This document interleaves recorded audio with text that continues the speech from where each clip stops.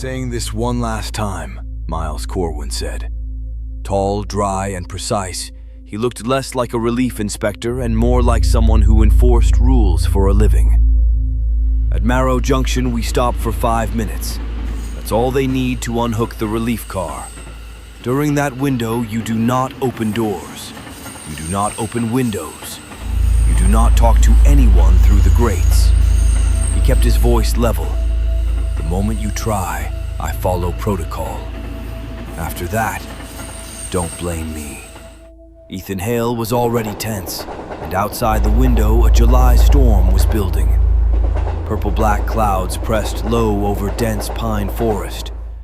The countryside sliding past looked abandoned, gray villages with no movement, no dogs, no kids, no smoke from chimneys, just houses staring back like blind faces.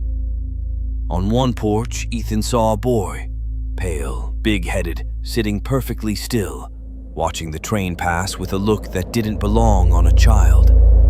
Not curiosity, something tired and old. "I'm not going to do anything," Ethan said. "You warned me back at headquarters." "Everyone gets warned," Corwin muttered. "Some still open them. Our window doesn't even open. The guy before you broke his with a bottle," Corwin said. Ethan blinked. "We don't have a bottle." Corwin nodded toward the metal grates outside the glass. "And those don't save you. You can still fit a hand through. Pass food, take a note. People do it." Ethan hated that Corwin clearly knew everything and explained nothing. "Tell me straight," Ethan said. "What are they? Why do you call them sirens? If I understand it, I can resist it." Corwin's eyes sharpened. "You were briefed. People will approach the train. They'll beg you to let them in. Or they'll ask you to crack the window, take a letter, pass bread. You don't accept anything. You don't open anything. Marrow Junction is on the restricted list. Nobody gets off." "What's unclear?" "What happened there?" Ethan pressed. "Contamination?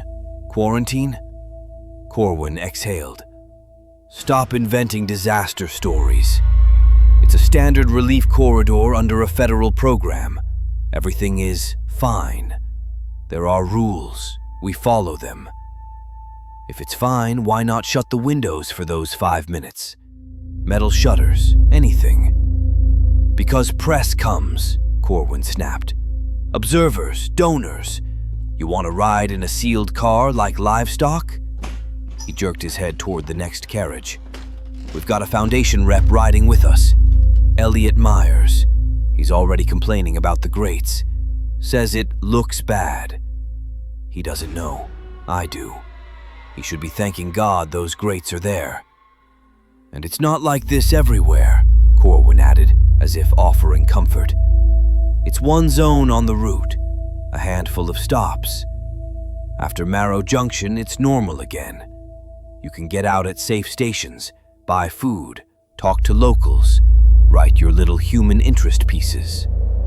Ethan tried to imagine what could make 5 minutes feel like a minefield.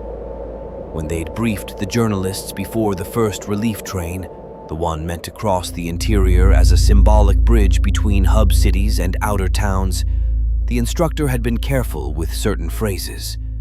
Too careful. Each reporter had been assigned a government liaison. In practice, it felt like a bodyguard.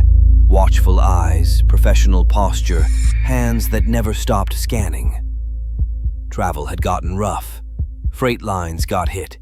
Rural stations got stripped. Outside the hubs, the map felt thinner, like the world had been quietly folded away. Nobody had mentioned at headquarters that there were stations so bad you couldn't even step onto the platform. The train slowed. "I warned you," Corwin said. "Don't press your face to the glass. If your nerves are weak, I'll pull the curtain. But if you're a journalist, you'll want to look. Just don't move. Don't reach. Don't speak." Ethan watched the platform drift into view. Marrow Junction. first, nothing. No monsters, no mob.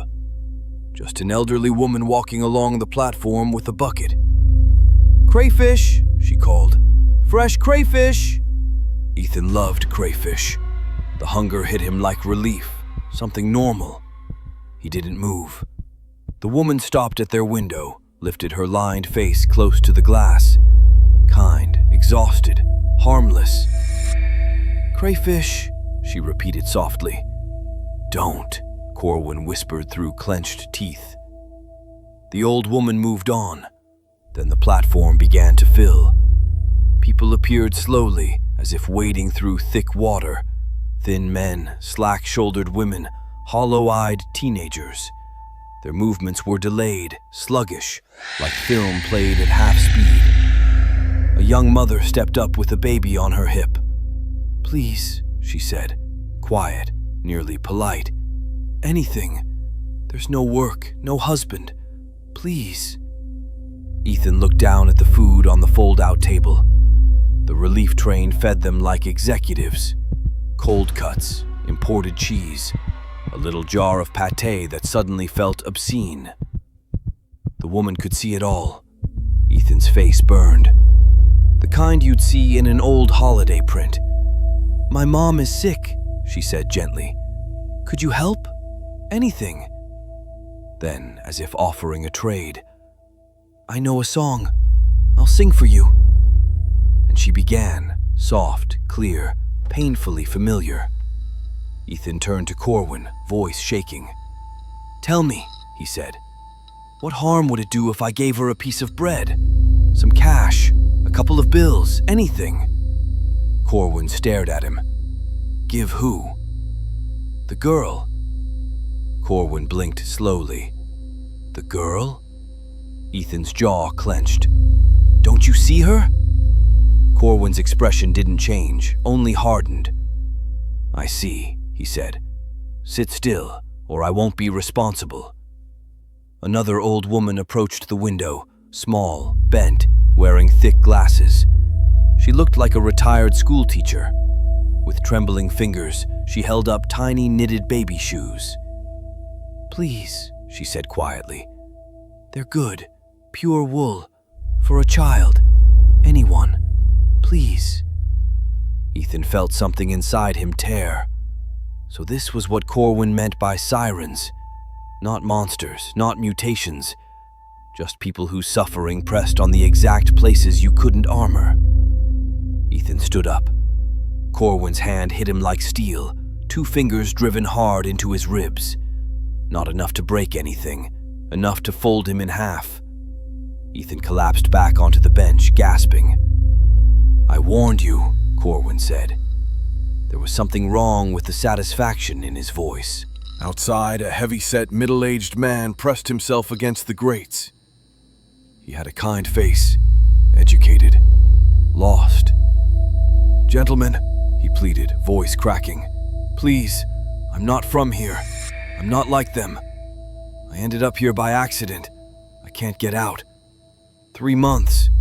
Please, just open the door for a second. I'll come alone, no one else, please." His voice dropped, frayed, unraveled. Then he fumbled in his pocket and pulled out a crumpled document. "Here, look. It explains everything. Work assignment, official, please." Then he turned his head. Terror erased his face. Something in a sealed protective suit, dark, heavy, featureless, was walking toward him. It peeled his fingers from the grates one by one and dragged him away. The man screamed, a thin animal sound. "Who was that?" Ethan mouthed. "Who exactly?" Corwin asked calmly. "The one in the suit." "What suit?" "The one who took him." Corwin shrugged. "Local enforcement, probably. You can't walk around here without protection." The platform was crowded now. Not violent, not aggressive, just filled with need. Old people, women, children. Not monsters, just citizens who looked like they'd been waiting years for a train that never stopped. One teenage girl on crude wooden crutches came closer than the rest. She didn't beg, didn't offer anything. She just looked into the window with a pain so raw Ethan recoiled. "What am I supposed to do?" she cried, not asking, demanding. "What am I supposed to do? Does no one get mercy? Does this just go on forever? We're alive! You can't—" That was it. Ethan snapped. He'd climbed mountains, he'd served, he could handle fear. He couldn't handle this. He lunged at Corwin, caught him with a hard left, and burst into the corridor. The conductor was already there. Not a sleepy rail worker, a professional. The conductor folded Ethan fast and silent, twisted his arm behind his back, shoved him back into the compartment. "Don't," the conductor whispered, almost kindly. "You can't." "It's like a submarine," the conductor said. "You know submarines? When something goes wrong, compartments seal. Your friends pound on the hatch from the next section. You don't open." Ethan stared at him, breathing hard. "This isn't a submarine," Ethan rasped. The conductor glanced toward the window. "No," he agreed, "and they're not your friends." Ethan exploded, screaming, cursing, calling them animals, cowards, traitors. Words poured out until his throat burned. The conductor didn't react. Corwin only smiled. "Let him," the conductor said. "It helps. Haven't had journalists in Marrow Junction in a long time." The train jolted. It began to move. Girls in faded clothes staggered alongside the cars, trying to keep up. Failing immediately, their legs giving out like they'd been running for years already. Ethan turned away. Corwin leaned close. "You heard them clearly," he said, "like they were inside the compartment." Ethan swallowed. "The glass is thick," Corwin continued, tapping it. "Very thick.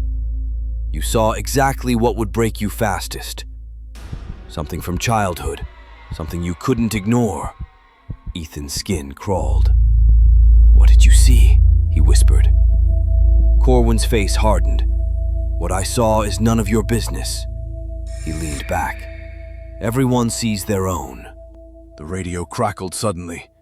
The conductor's face drained of color. "Car 12 opened," he said. Corwin was on his feet instantly. "Reporters? TV crew," the conductor said. "Idiots." "And that's it?" Corwin asked. The conductor didn't blink. "What do you think?" Ethan still didn't understand. Not until they reached car 12. Half the windows were shattered, doors blown inward, partitions crushed, as if something enormous had played inside the carriage and grown bored. The roof bowed outward, swollen like the car had been pressurized from within. Blood coated the remaining glass.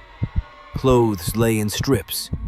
In one compartment, an exposed shin bone gleamed white, and beneath the blood was another smell. Old, rotting, like a long-abandoned house where animals had nested for years.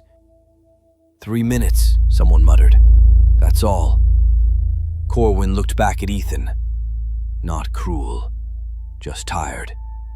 "Go smoke," Corwin said. "You're pale." Then, almost gently, "One more stop like this, then it's normal again." He smiled thinly. "Everything's fine.